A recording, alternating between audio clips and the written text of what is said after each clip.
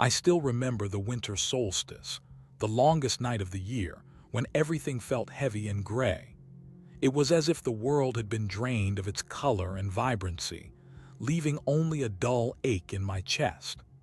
I was 25 years old, living in a small cabin on the outskirts of a dense forest, surrounded by nothing but trees that seemed to stretch up to the sky like skeletal fingers. People say that winters are for introspection, that it's a time to reconnect with ourselves and find solace in the darkness.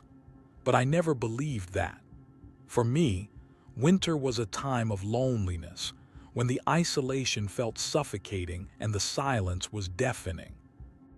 I had moved here 5 years ago, seeking solitude and a chance to rediscover myself after a painful breakup and a string of dead-end jobs.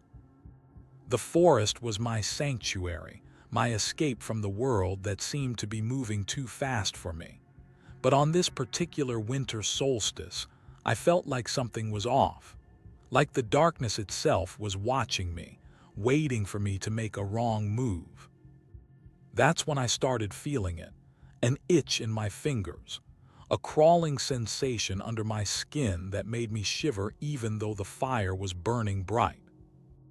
It was as if my body was trying to tell me something, but I couldn't quite decipher the message. And then there were the dreams. Dark, twisted visions of forests and snow, of eyes watching from the shadows and a presence that felt like a living thing. At first, I dismissed it all as mere fantasy, my mind playing tricks on me after months of isolation. But deep down, I knew better. Something was stirring inside me, something ancient and primal that couldn't be explained.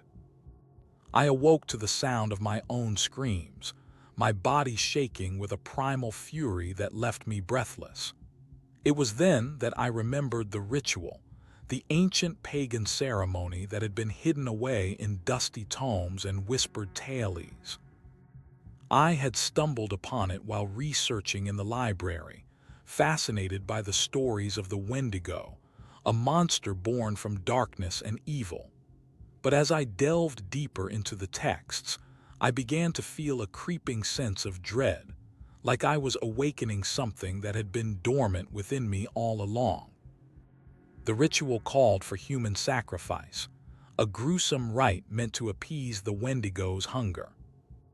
I tried to dismiss it as mere superstition, but the words echoed in my mind long after I left the library. And then, there were the visions, glimpses of a forest floor littered with bodies, of eyes glowing like embers in the dark. I knew I had to do something, to try and shake off the feeling that was growing inside me. So I went for a walk into the forest's heart, hoping to clear my head and find some sense of peace. But as I walked, the trees seemed to close in around me, their branches tangling together like skeletal fingers. And then I saw it, a figure standing just beyond the tree line, watching me with eyes that seemed to burn with an otherworldly hunger. I tried to run, but my legs felt heavy, as if rooted to the spot. The figure began to move towards me, its presence filling the air with an unspeakable evil that made my skin crawl. I knew then that I was in trouble, that something was awakening inside me, and it would stop at nothing to claim me as its own. As the figure drew closer, I could feel its breath on my skin, cold and rank. It was like a whispered promise of death itself, a reminder that I had unleashed a horror beyond comprehension. And then everything went black. When I came to, I was lying in a clearing deep in the forest, surrounded by strange symbols etched into the trees. The air was heavy with the scent of decay and corruption, and I knew that I was no longer alone. I stumbled to my feet, my head spinning with a mix of fear and confusion. The symbols etched into the trees seemed to pulse with a malevolent energy, as if they were alive and watching me. I knew then that I had crossed a threshold, that there was no going back. The figure from my vision stood before me, its eyes blazing with an unnatural hunger. It was taller than I remembered, its presence filling the clearing like a physical force. I tried to scream, but my voice was caught in my throat like a trapped animal. The Wendigo took a step closer, its breath washing over me like a wave of death. I felt its hot gaze on my skin, and I knew that I was being sized up, assessed for the value of my flesh. Its eyes seemed to be burning with an inner fire, a hunger that went beyond mere mortal desire.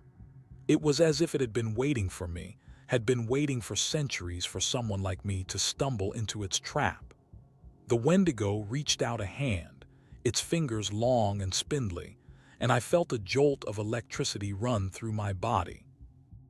It was cold to the touch, like ice, but it seemed to sear my skin with a fire that had nothing to do with heat. I tried to pull away, but my feet seemed rooted to the spot. The Wendigo's eyes locked onto mine, and I felt myself being drawn into their depths, sucked down into a vortex of madness and despair. And then everything went black again. I woke up to the sound of my own voice, screaming at the top of my lungs. I was lying on the forest floor, my head throbbing with a pounding headache that seemed to be getting worse by the minute. The last thing I remembered was the Wendigo's hand touching mine, its icy fingers searing into my skin like a branding iron. But now, as I struggled to sit up, I realized that something was terribly wrong. The symbols on the trees seemed to be pulsing with an otherworldly energy, and the air was thick with an unholy presence that made my skin crawl. I stumbled to my feet, my legs trembling beneath me like jelly. Every step felt like a battle, as if I was fighting against some unseen force that wanted to drag me back down into the darkness. The forest seemed to be shifting around me, the trees twisting and writhing like living serpents. I stumbled through the underbrush, my heart racing with a mixture of fear and panic. Every sound made me jump, the snapping of twigs, the hooting of owls, the rustling of leaves. It was as if the forest itself was alive and watching me, waiting for me to make another wrong move. I knew then that I had crossed a threshold into madness, that there was no going back. The world around me was unraveling, thread by thread, until all that was left was a twisted web of fear and paranoia. And in the center of it all, the Wendigo waited, its eyes glowing like lanterns in the dark. I stumbled through the forest, my mind reeling with the implications of what had happened. The Wendigo's touch seemed to have unlocked a doorway in my mind, revealing a world of dark secrets and ancient rituals. I saw myself performing the same twisted ceremony that I had stumbled upon earlier, the words of the ritual echoing in my ears like a mantra. I was summoning something, but what? A monster, a god. The thought sent a shiver down my spine as I realized that I was no longer in control. The forest seemed to be guiding me, leading me deeper into the heart of the woods with every step. I stumbled upon a clearing, and in the center of it stood an ancient altar, adorned with strange symbols and artifacts. It was as if I had been drawn here all along, destined to fulfill some twisted purpose. I approached the altar, my heart pounding in my chest, and saw that it was covered in offerings, animal hides, bones, and strange, glowing orbs. I knew then that I was part of something much larger than myself, a ritual that had been unfolding for centuries.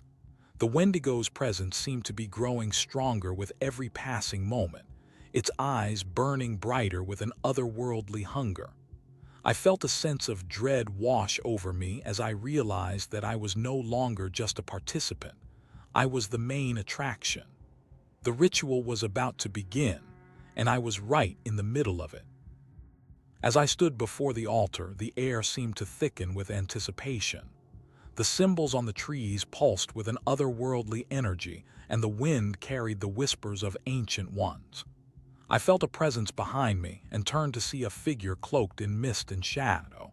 Its face was indistinct, yet I sensed its eyes upon me like cold, dead stars.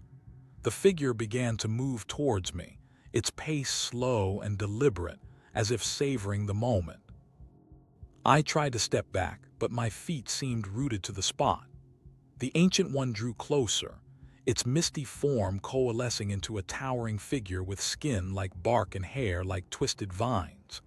Its eyes burned with an inner fire, and I felt my very soul being drawn towards them. I knew then that I was in the presence of beings who had witnessed the birth and death of stars, who had watched civilizations rise and fall like fleeting shadows. The Ancient One spoke in a voice that was both familiar and yet utterly alien, its words echoing through my mind like a mantra. "You have been chosen," it said, "to join our ranks." I felt a surge of elation mixed with terror as the Ancient One reached out and touched my forehead. A flood of images burst forth in my mind, visions of worlds both familiar and strange, of realms beyond mortal comprehension. I saw the threads that connected all things, the hidden web of reality that bound us all together. And I knew then that I was no longer just a human being. I was a part of something much greater. The Ancient One's eyes seemed to bore into my soul as it spoke again.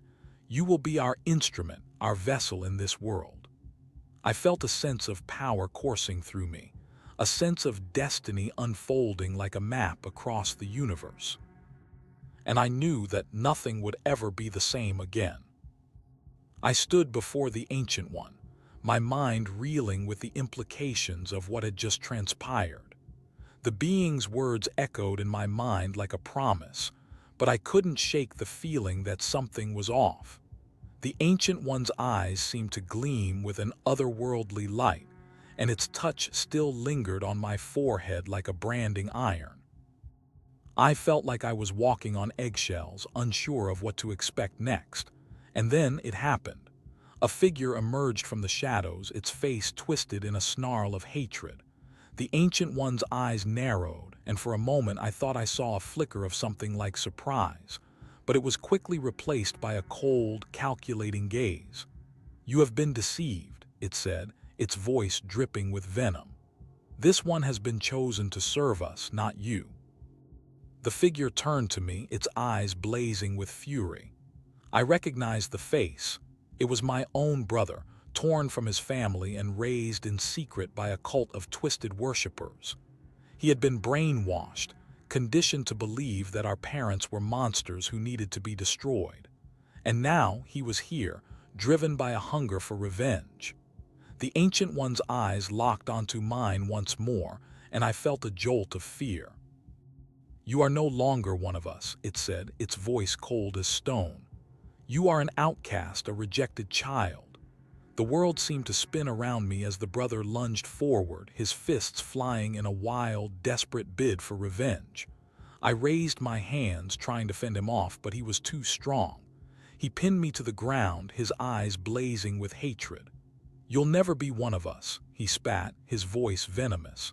And with that, everything went black. I was trapped in a living nightmare, my brother's eyes blazing with an unnatural hunger. The air was thick with the scent of decay and rot, and I could feel my own body beginning to change. My skin itched with an insatiable hunger, as if my very flesh was demanding to be fed. The Ancient One's words echoed in my mind, "You are no longer one of us." But what did that even mean?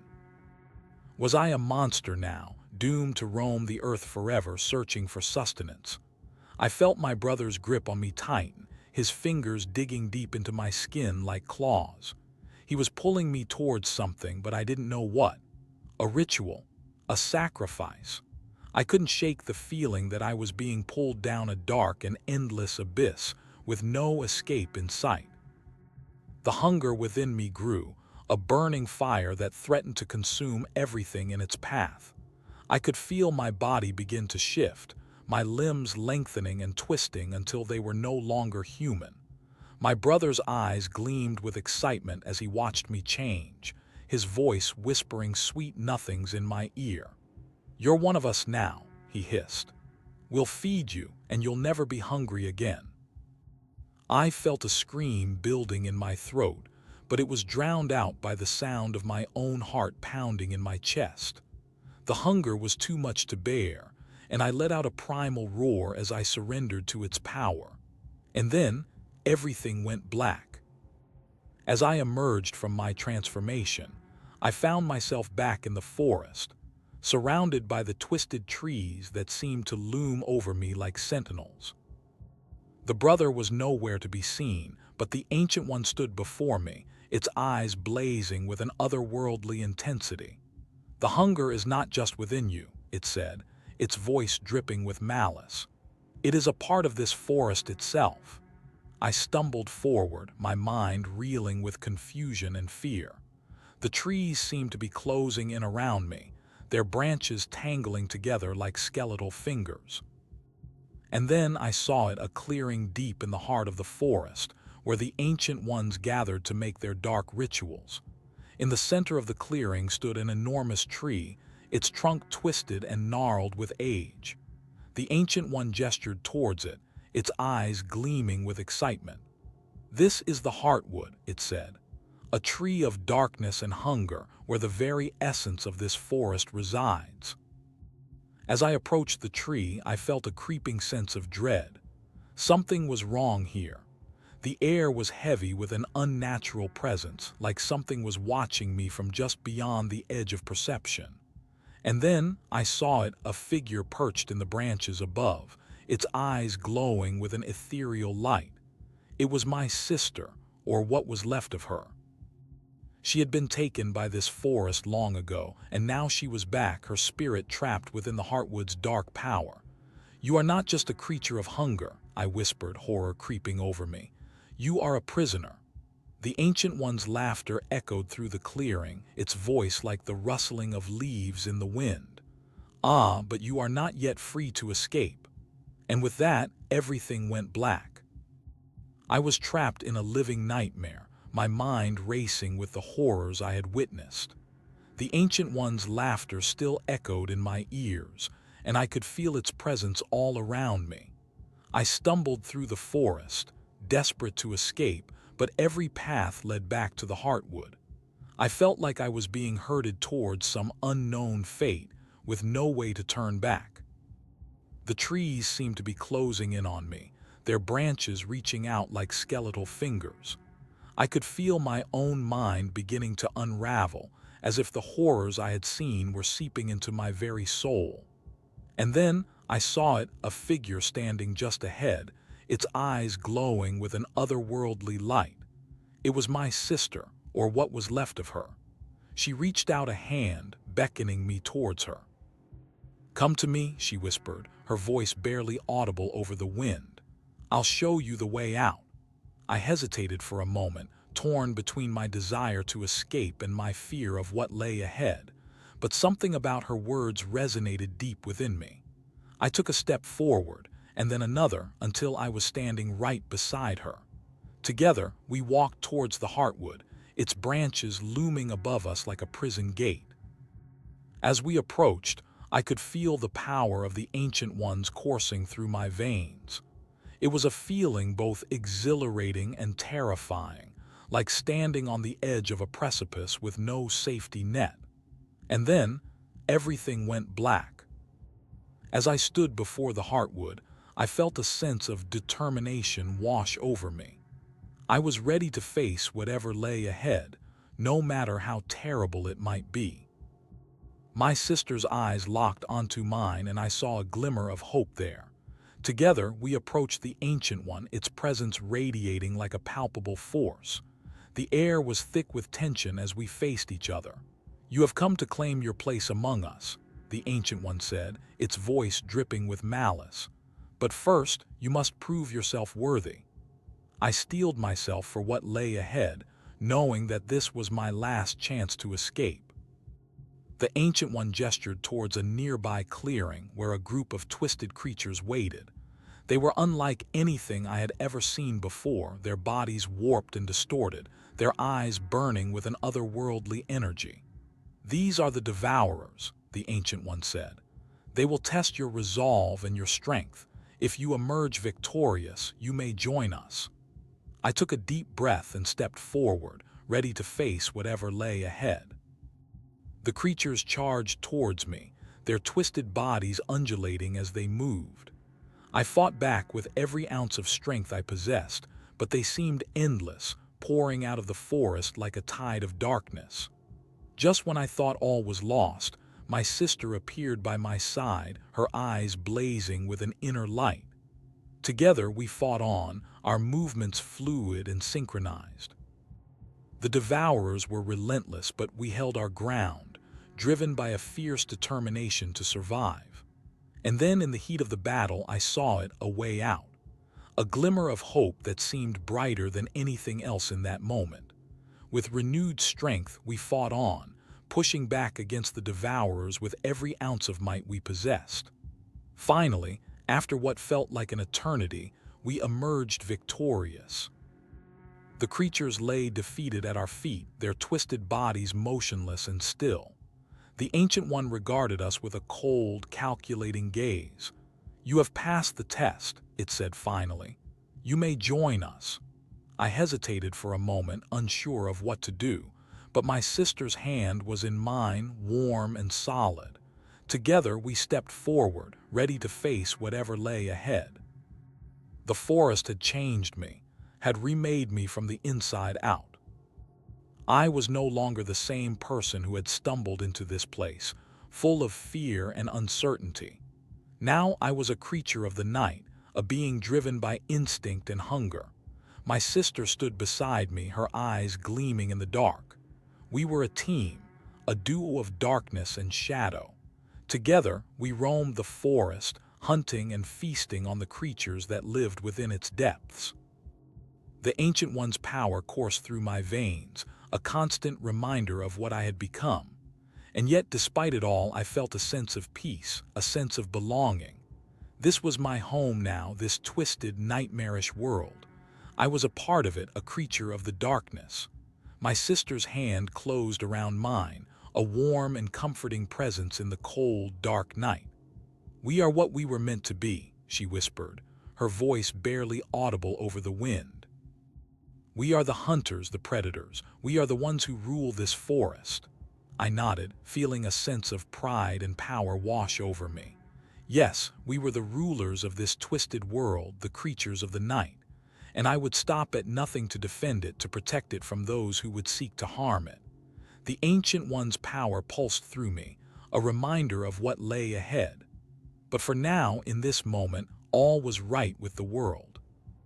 The forest was our home, and we were its masters.